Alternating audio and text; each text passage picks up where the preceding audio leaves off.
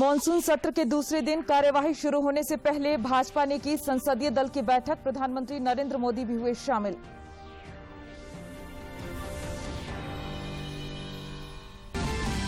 मुख्यमंत्री हेमंत सोरेन ने राज्य के अल्पसंख्यक माध्यमिक स्कूलों के कर्मचारियों के लिए अंशदायी पेंशन योजना के प्रस्ताव को दी मंजूरी।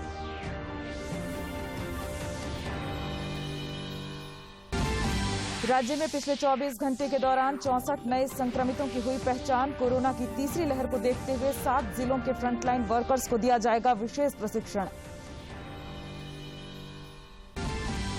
और राजधानी रांची समेत राज्य के कई हिस्सों में मानसून की बारिश जारी। अगले कुछ दिनों तक मौसम में बदलाव के संकेत नहीं।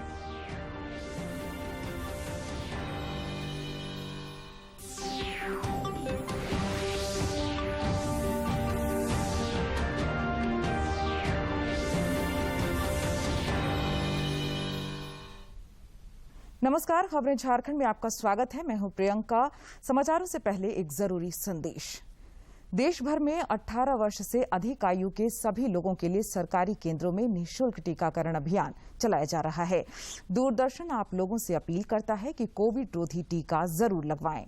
कोरोना महामारी के प्रति कोई भी लापरवाही न बरतें। जब तक आवश्यक न हो घर से बाहर न निकलें और इन आसान उपायों का पालन करें।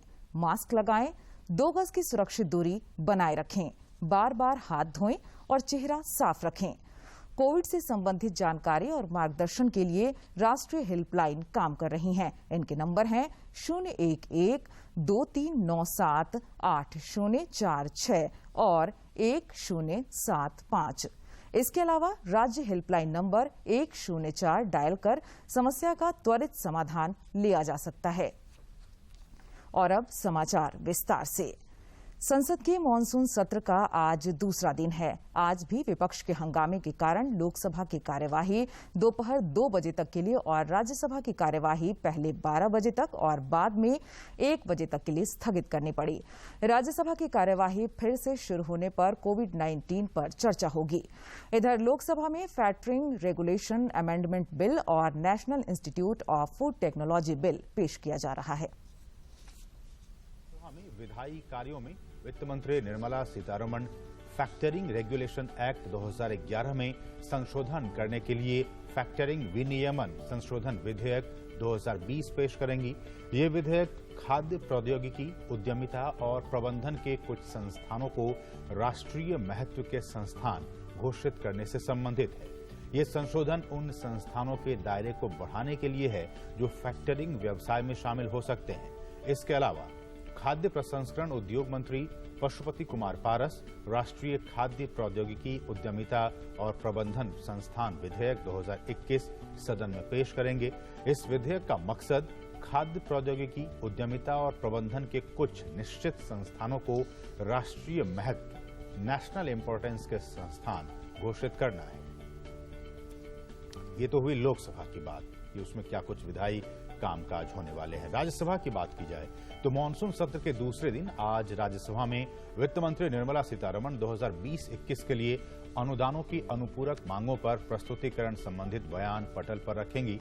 संचार और सूचना प्रौद्योगिकी मंत्री अश्विनी वैष्णव पेगासस सॉफ्टवेयर के जरिए भारतीयों की जासूसी करने संबंधी मीडिया में आई खबरों पर बयान देंगे। राज्यसभा में इसके अलावा जहाजरानी मंत्री सर्बानंद सोनोवाल द्वारा कल पेश किए गए नौवहन के लिए सामुद्रिक सहायता विधेयक 2021 को पारित करवाने के लिए आगे की चर्चा की जाएगी। इस विधेयक का मकसद है कि भारत में नौवहन के विकास, उसके रखरखाव और प्रबंधन के लिए रूपरेखा तैयार करना।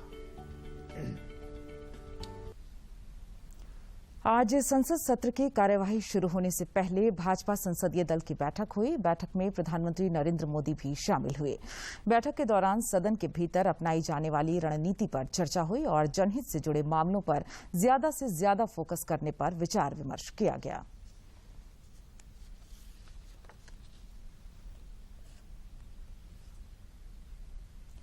मुख्यमंत्री हेमंत सोरेन ने केंद्रीय स्वास्थ्य मंत्री मनसुख मांडविया को पत्र लिखकर एम्स देवघर में स्थानीय लोगों की नौकरी सुनिश्चित करने का आग्रह किया है। पत्र में मुख्यमंत्री ने कहा है कि एम्स की स्थापना निश्चित रूप से राज्य के लोगों के इलाज और शिक्षा के लिए महत्वपूर्ण कदम है, लेकिन क्षेत्र के लोगों को रोजगार मिले, यह भी उनके आर्थिक विकास के लिए जरूरी है। मुख्यमंत्री ने कहा कि राज्य सरकार ने भी इसी को ध्यान में रखकर निजी क्षेत्र में 30,000 तक मासिक नौकरी वाले 75% पदों को आरक्षित करने के लिए विधानसभा में विधेयक लाया है। राज्य के गैर सरकारी सहायता प्राप्त अल्पसंख्यक माध्यमिक स्कूलों के कर्मचारियों के लिए अंशदायी पेंशन योजना के प्रस्ताव को मुख्यमंत्री हेमंत सोरेन ने मंजूरी दे दी है। मुख्यमंत्री ने श्रम नियोजन विभाग के उस प्रस्ताव को भी स्वीकृति दी है जिसके तहत कोरोना की तीसरी लहर की आशंका को देखते हुए 7 जिलों रांची, कोडरमा, हजारीबाग, चतरा, पलामू, दुमका और देवघर में हेल्थ केयर फ्रंटलाइन वर्कर्स के लिए विशेष प्रशिक्षण शुरू किया जाना है। देश में कोरोना संक्रमण की रफ्तार अब धीमी पड़ने लगी है। केंद्रीय स्वास्थ्य मंत्रालय के मुताबिक पिछले 24 घंटे के दौरान कोविड-19 के 30,093 नए मामले सामने आए हैं। देखिए, देश में कोरोना वायरस के दैनिक मामलों में लगातार गिरावट दर्ज की जा रही है। देश में कई दिनों के बाद करीब नए 30,000 मामले सामने आए हैं। भारत में लगातार घटते मामलों के बीच 125 दिनों के बाद कोरोना वायरस के सबसे कम नए मामले दर्ज किए गए हैं। स्वास्थ्य और परिवार कल्याण मंत्रालय के मुताबिक देश भर में पिछले 24 घंटों में 30,093 नए मामले दर्ज किए गए। वहीं पिछले 24 घंटों में 45,254 मरीज उपचार करवाकर स्वस्थ हो चुके हैं, जिसके बाद देश में रिकवरी रेट बढ़कर अब 97.37% हो गया है। सक्रिय मामलों की कुल संख्या अब 4,06,130 हुई है। साप्ताहिक पॉजिटिविटी रेट वर्तमान में 2.06% है और दैनिक पॉजिटिविटी रेट 1.68% हुआ है, जो कि लगातार 29 दिन से 3% से कम पर बना हुआ है। इधर झारखंड में पिछले 24 घंटे के दौरान 64 नए संक्रमितों की पहचान हुई है। इसके साथ ही राज्य में कुल संक्रमितों की संख्या 3,46,745 हो गई है। पिछले 24 घंटे में 53 संक्रमितों ने इस महामारी को मात भी दी है और राज्य में स्वस्थ होने वालों की संख्या बढ़कर 3,41,227 हो गई है। राज्य में सक्रिय मामलों की संख्या अब केवल 336 रह गई है। कोरोना महामारी की तीसरी लहर की आशंका को देखते हुए राज्य भर में एहतियाती कदम उठाए जा रहे हैं। इस सिलसिले में गिरिडीह जिले में उपायुक्त ने एक महत्वपूर्ण बैठक की। इस दौरान facility and community based management के सफल क्रियान्वयन पर जोर दिया गया। विश्व स्वास्थ्य संगठन WHO ने कोरोना की उत्पत्ति की जांच के लिए अगले चरण की योजना की घोषणा की है। इस योजना में चीन सहित 5 क्षेत्र शामिल होंगे। के नेतृत्व वाली एक टीम ने मार्च में वुहान का दौरा किया था। टीम के सदस्य कोरोना वायरस की उत्पत्ति का पता लगाने के लिए 4 हफ्ते तक वहां जांच पड़ताल करते रहे, लेकिन इस दौरान चीनी शोधकर्ता उनके साथ साये की तरह बने रहे। बाद में संयुक्त रिपोर्ट में टीम ने किसी अन्य जानवरों के जरिए चमगादड़ों से मानव में कोरोना वायरस के फैलने की आशंका जताई थी। जांच के अगले चरण में मनुष्यों में इस वायरस के पहले मामले के विस्तार से या इसके लिए कौन से पशु जिम्मेदार हैं, ये पता लगाने की कोशिश की जाएगी। देश में कोरोना के खिलाफ टीकाकरण अभियान तेज गति से चल रहा है। अब तक 41 करोड़ 18 लाख से अधिक लोगों को कोविड के टीके लगाए जा चुके हैं। और देश में कोरोना के खिलाफ जारी जंग में टीकाकरण अभियान तेज गति से जारी है। देश में पिछले 24 घंटे में कोरोना की 52,67,309 वैक्सीन लगाई गई, जिसके बाद कुल वैक्सीनेशन का आंकड़ा 41 करोड़ 18,46,401 हो गया है। इधर झारखंड में अब तक 83,44,936 लोगों को कोविड के टीके लगाए गए हैं। कल करीब 27,000 लोगों का टीकाकरण हुआ। इनमें 20,396 लोगों को टीके की पहली खुराक दी गई, जबकि 6,309 लाभार्थियों को दूसरी खुराक दी गई।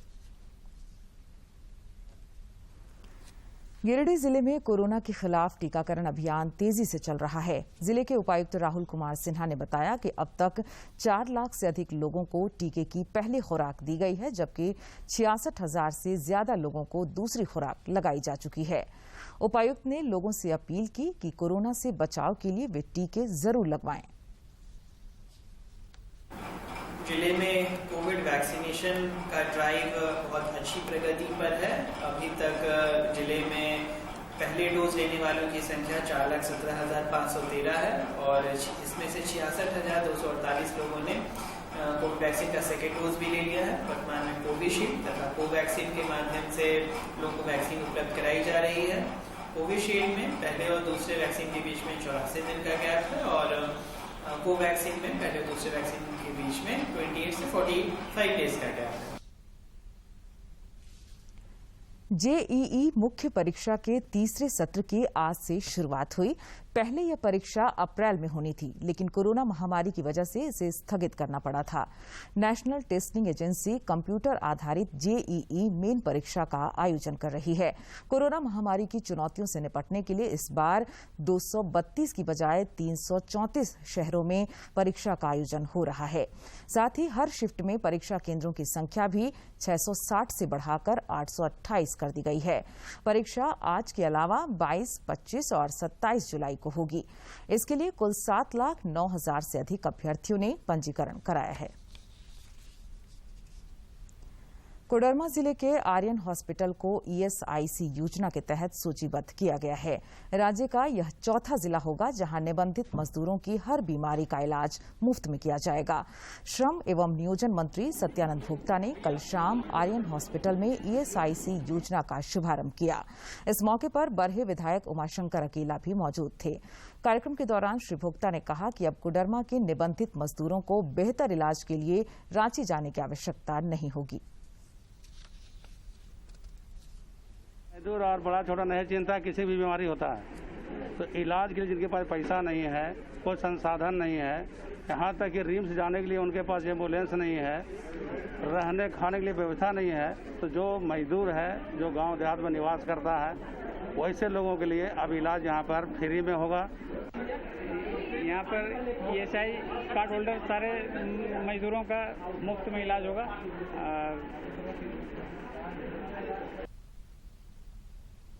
समाचारों का सिलसिला जारी रहेगा, लेकिन इस विराम की बात।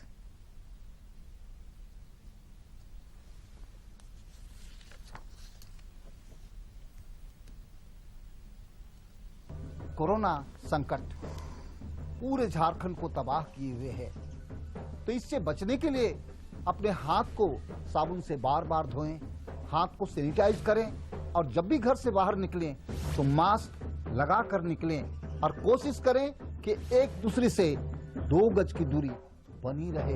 बचने संक्रमण से वैक्सीन लगाओ, मत डरो भाई, कोरोना के छठे दूर करो, मत डरो भाई, कोरोना के छठे दूर करो।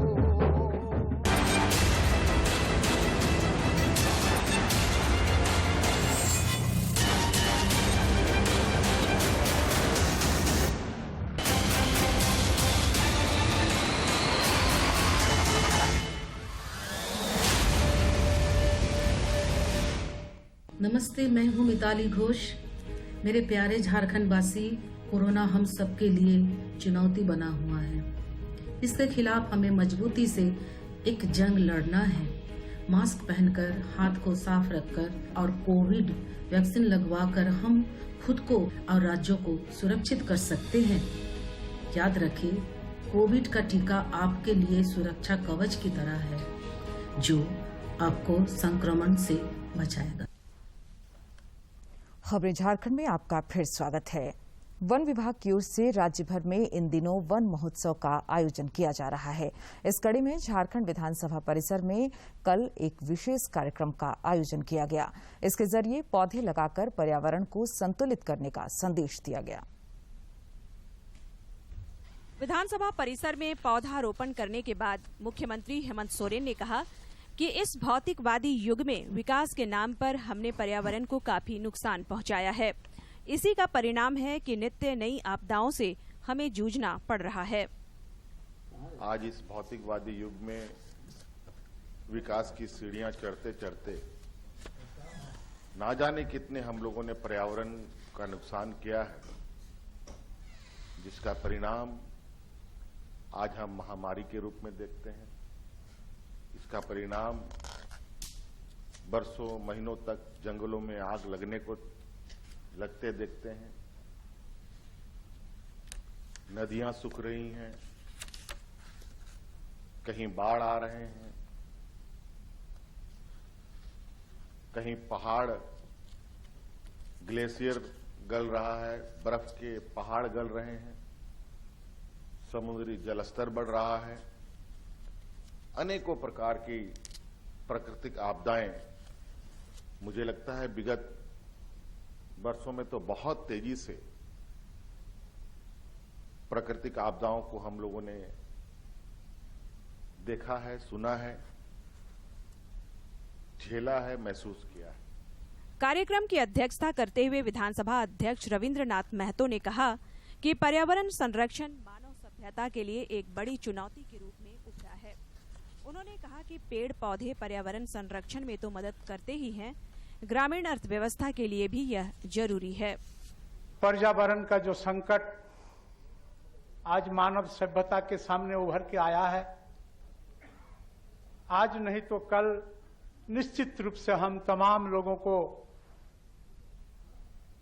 इस पर्यावरण को रक्षा करने के लिए आगे बढ़ना ही पड़ेगा, चाहे सरकारी लेवल पर हो, सामाजिक लेवल पर हो, राजनीतिक लेवल पर हो, सब चीज से हमें आगे आना ही पड़ेगा। राज्य के ग्रामीण विकास मंत्री आलमगीर आलम ने पर्यावरण संरक्षण का संदेश देते हुए कहा कि सरकार इस दिशा में लगातार काम कर रही है। उन्होंने कहा कि बिरसा हरित योजना के तहत पानी रोको पौधा रोपो कार्यक्रम इसी कड़ी का हिस्सा है। क्यों इतना गर्मी पड़ रहा है, क्या कारण है इसके पीछे? अगर आप देखें तो निश्चित तौर पर पेड़ का जो कटता है उसी के माध्यम से टेम्परेचर बढ़ता है। नदी में, गंगा में जो प्रदूषण होता है, गंदगी फैलता है, ये भी एक वजह है। और आज हम भी बोलते हैं पेड़ ही जीवन है और जल ही जीवन है, ये भी हम लोग बोलते हैं। विधानसभा परिसर में आयोजित वन महोत्सव में राज्य के पेयजल एवं स्वच्छता मंत्री मिथिलेश ठाकुर और कृषि मंत्री बादल के अलावा कई विधायक शामिल हुए। कार्यक्रम के दौरान अतिथियों का स्वागत विधानसभा सचिव महेंद्र प्रसाद ने किया, जबकि धन्यवाद ज्ञापन अपर प्रधान मुख्य वन संरक्षक NK सिंह ने किया। दूरदर्शन समाचार के लिए ब्यूरो की रिपोर्ट। राज्य के श्रम एवं नियोजन मंत्री सत्यानंद भोक्ता ने दावा किया है कि सरकार में शामिल सभी मंत्री और विधायक एकजुट हैं।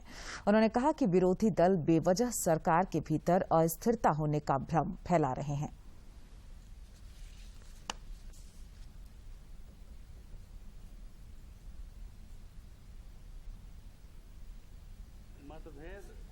हो सकता है लेकिन मनभेद नहीं हो सकता है। ये थोड़ा राजनीतिक में चलते रहता है, कुछ चलेगा नहीं तब फिर सरकार कैसे चलेगी। इसलिए कहीं सरकार में महागठबंधन के जितने हम लोग माननीय मंत्री, माननीय विधायक से एकजुट हैं। कृषि क्षेत्र में आत्मनिर्भर भारत अभियान के तहत केंद्र सरकार लगभग 11,000 करोड़ रुपए खाद्य प्रसंस्करण की इकाइयां लगाने पर खर्च कर रही है। केंद्रीय खाद्य प्रसंस्करण मंत्री पशुपति नाथ पारस ने दूरदर्शन से बातचीत में कहा कि सरकार की इस योजना से किसानों की आर्थिक तरक्की सुनिश्चित होगी। बिहार से लोकसभा सांसद पशुपति कुमार पारस जी को बतौर कैबिनेट मंत्री खाद्य प्रसंस्करण मंत्रालय की जिम्मेदारी मिली है। आइए जानते हैं इनका क्या रहेगा विजन प्लान और भविष्य की कार्य योजना। आपकी क्या प्राथमिकताएं रहेगी? सबसे पहले तो मैं माननीय प्रधानमंत्री जी को बहुत बहुत आभार व्यक्त करता हूं। उन्होंने मुझ पर विश्वास किया। ये किसान से रिलेटेड विभाग है। प्रधानमंत्री नरेंद्र मोदी जी आत्मनिर्भर भारत अभियान के एक भाग के रूप में खाद्य प्रसंस्करण उद्योग के लिए नई लिंक प्रोत्साहन योजना लागू की है। इस पर लगभग 11 करोड़ रुपया खर्च का अनुमान है। भविष्य में किसानों की आर्थिक तरक्की सुनिश्चित करने से काफ़ी मदद मिलेगा।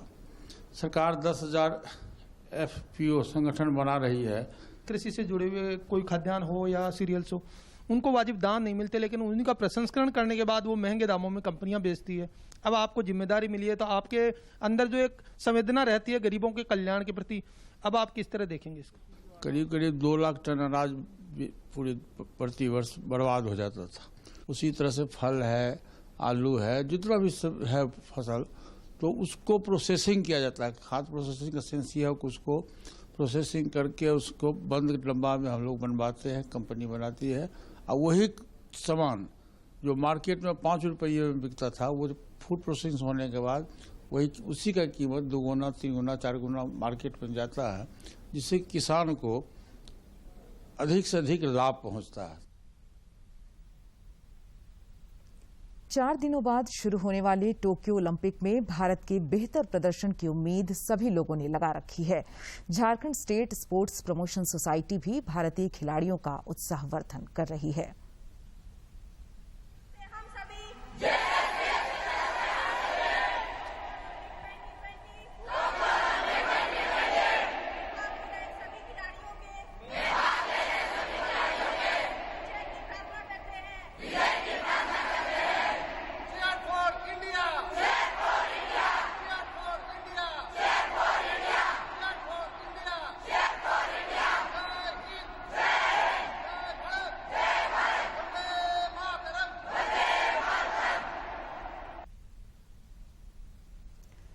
राज्य में एक बार फिर मानसून सक्रिय हो गया है। कल से ही कई जिलों में रुक रुक कर बारिश हो रही है।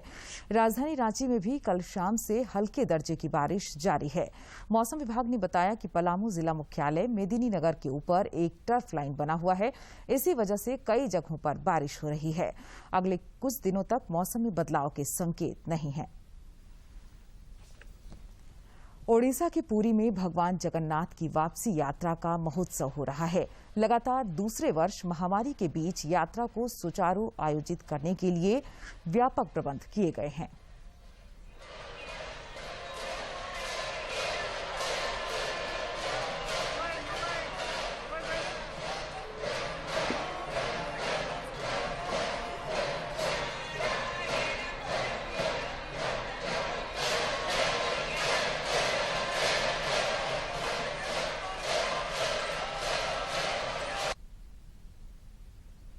गिरिडीह जिले में प्रधानमंत्री आवास योजना का प्रभावी क्रियान्वयन हो रहा है।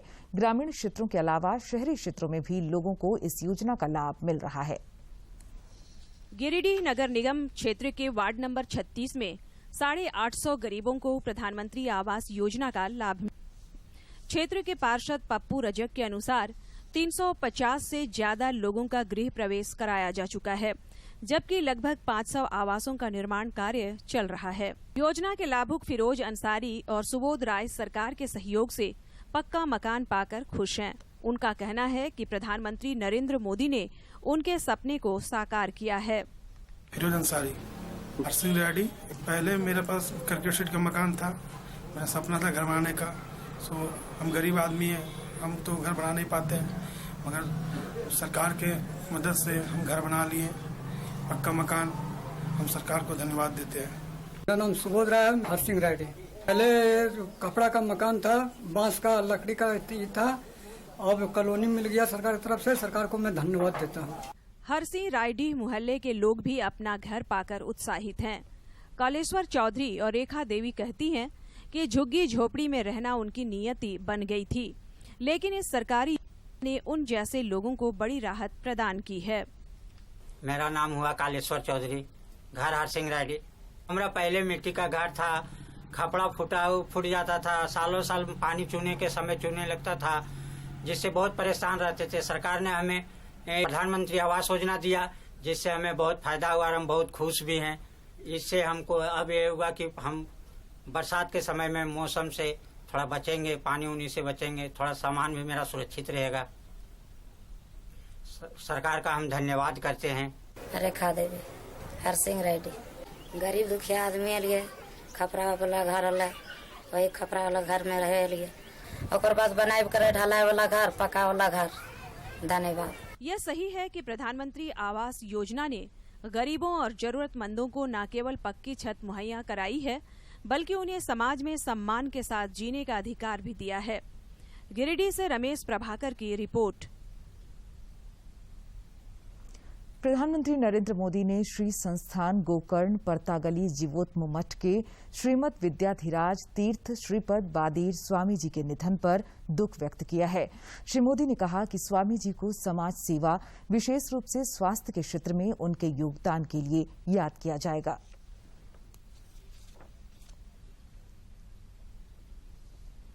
कहते हैं आवश्यकता ही आविष्कार की जननी है।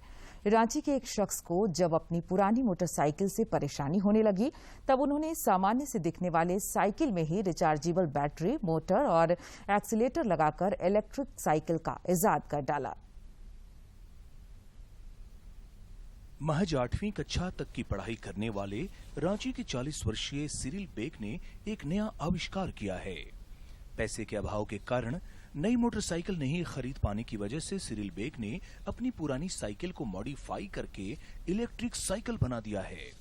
सिरिल बेग की इलेक्ट्रिक साइकिल बगैर पैडल मात्र 40 किलोमीटर तक चलती है। और हमारे पास एक पुरानी बाइक थी, उसमें तेल भी ज्यादा लगता था और रोज भराना पड़ता था, तो हम उसे तंग आकर चलाते तो थे, लेकिन बीच में ट्रैफिक भी, कागज पत्र नहीं रहने कारण ट्रैफिक भी हमको परेशान करता था, तो उसे तंग आकर दिल में कुछ नया करने की तमन्ना रखने वाले सिरिल बेग इलेक्ट्रिक साइकिल बनाने के बाद खुद से इलेक्ट्रिक रिक्शा बनाने की तैयारियों में भी जुट गए हैं। ऊंची पढ़ाई नहीं कर पाने की कसक सिरिल बेग की नजर में आज भी दिखती है, लेकिन हौसले उनके आज भी काफी बुलंद हैं। हमको शुरू से ही मशीनरी में बहुत इंटरेस्ट था और हम अपने से कोशिश किए ई साइकिल बनाने का। ये एक बार चार्ज होता है और 40 किलोमीटर चलता है। अभी हम सोच रहे हैं कि इसके बाद एक ई रिक्शा बनाएंगे, वो उससे कुछ आमदनी होगा पारिवारिक, तो जीवन यापन करने लायक बनाएंगे। सिरिल बेग के इस आविष्कार से पड़ोस के बच्चे और बड़े सभी आश्चर्यचकित हैं। उनकी इलेक्ट्रिक साइकिल अब इतनी अधिक पॉपुलर हो गई है कि दूसरे लोग भी अपनी पुरानी साइकिल को मॉडिफाई कराने की उनसे बातें करते हैं। उन्होंने एक बैटरी वाला साइकिल बनाया और जब हम इसको चला कर देखे तो देखे कि एक्सीलेटर लेने पर 20 किलोमीटर का रफ्तार से यह साइकिल बहुत अच्छा चल रहा है। हम भी कोशिश करेंगे बनाने के लिए। इस उम्र में अंकल 40 साल की उम्र में बनाए हैं, तो हम लोग भी कोशिश कर सकते हैं बनाने के लिए। सिरिल बेग की बनाई इलेक्ट्रिक साइकिल सस्ती होने के साथ साथ कई खूबियों से भरी है। बैटरी को 4 घंटे चार्ज करने पर 30 किलोमीटर प्रति घंटे की रफ्तार से यह साइकिल 40 किलोमीटर तक की सफर आसानी से और बगैर मेहनत के तय कर सकती है। रांची से कर्मवीर की रिपोर्ट। प्रधानमंत्री नरेंद्र मोदी 25 जुलाई को आकाशवाणी पर मन की बात कार्यक्रम में देश विदेश के लोगों के साथ अपने विचार साझा करेंगे। प्रधानमंत्री ने लोगों को ऐसे विषयों पर विचार साझा करने के लिए आमंत्रित किया है जिनके बारे में कार्यक्रम की आगामी कड़ी में वे अपने विचार रख सकें।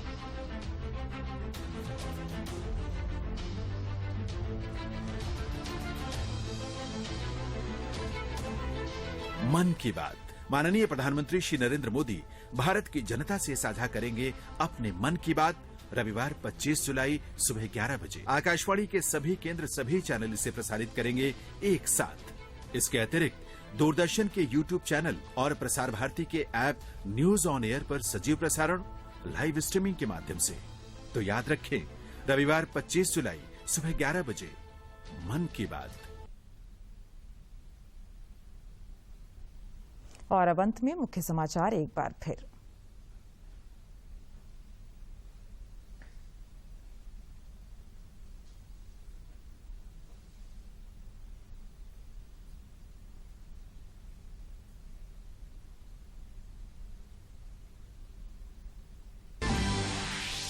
मॉनसून सत्र के दूसरे दिन कार्यवाही शुरू होने से पहले भाजपा ने की संसदीय दल की बैठक। प्रधानमंत्री नरेंद्र मोदी भी हुए शामिल। मुख्यमंत्री हेमंत सोरेन ने राज्य के अल्पसंख्यक